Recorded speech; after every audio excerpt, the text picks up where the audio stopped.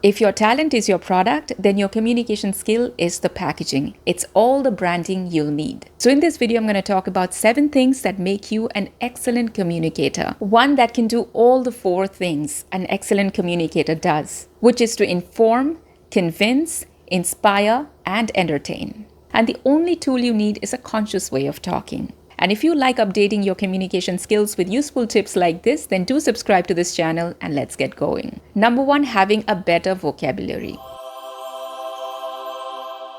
Most of us play it safe and stick to very common words like good, bad, nice, awesome. But the game here is to go above and beyond these simple and common words. That sounds a little scary because all of a sudden it feels like you have to pick up a lot of really big words and sound like Shashi Tharoor. Not exactly. What you really need are some alternatives, and I will give you an example. Bollywood actors Aishwarya Rai and Abhishek Bachchan were once on the Oprah Winfrey Show. Oprah asked Abhishek, what does it feel like to live with the most beautiful woman in the world, given that Aishwarya Rai's face card is like 100 out of 10. So Abhishek Bachchan could have said awesome, fantastic, but what did he say? He said pleasant on the eyes.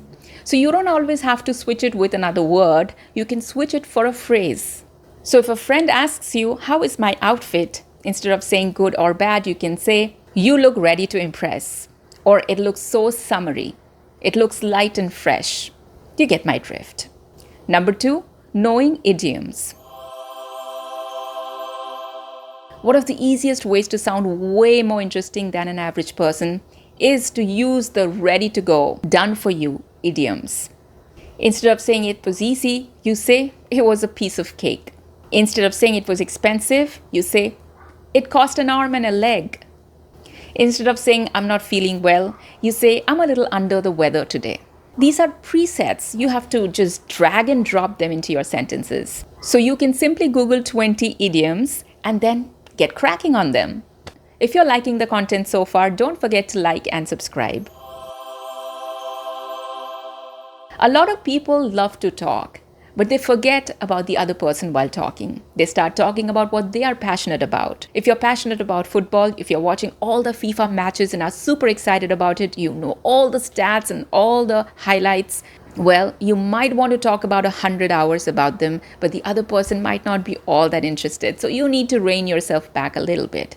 The same also goes for gifting things. When you're gifting someone, it is actually a mode of communication, and you also have to think about the other person, right? Same goes for your communication. Number 4, make it a tennis match. A good communication is a two-way street. It's not a one-way street where one person is talking and the other person is just listening. It often happens that one person is talkative and the other person is shy. So the number of words per person may not always be equal, but there has to be a back and forth. So after you've spoken for a minute, give the other person a chance to say something. If the other person is shy, it will help the other person to participate. And if you are shy, it will help you pass the buck along. Number 5, follow-up questions. Good communication isn't about a lot of words. It's about going deep. It's about peeling the layers. A person might have a lot on his or her mind, but might not feel confident enough to share it with you. But when you ask a few follow-up questions, they open up and they discuss more. And that's when the conversation gets interesting. So in order to make conversations interesting, ask more follow-up questions. Number 6, organize your thoughts. We often feel pressurized to answer then and there on spot. But it's okay not to answer instantly.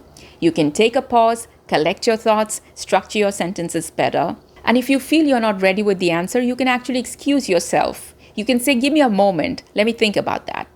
In fact, thinking before speaking is the game. Before cracking a joke, think if the other person will actually appreciate the joke.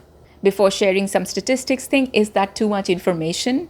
That's the time to take a moment, pause and ask yourself, am I going to regret what I'm about to say? By the way, before I head on to our last and final point, you might want to take a second to like and subscribe. It's a new channel and it's only when you like and subscribe that people get to know that this content is worth watching. Number 7, being a good communicator even in conflict.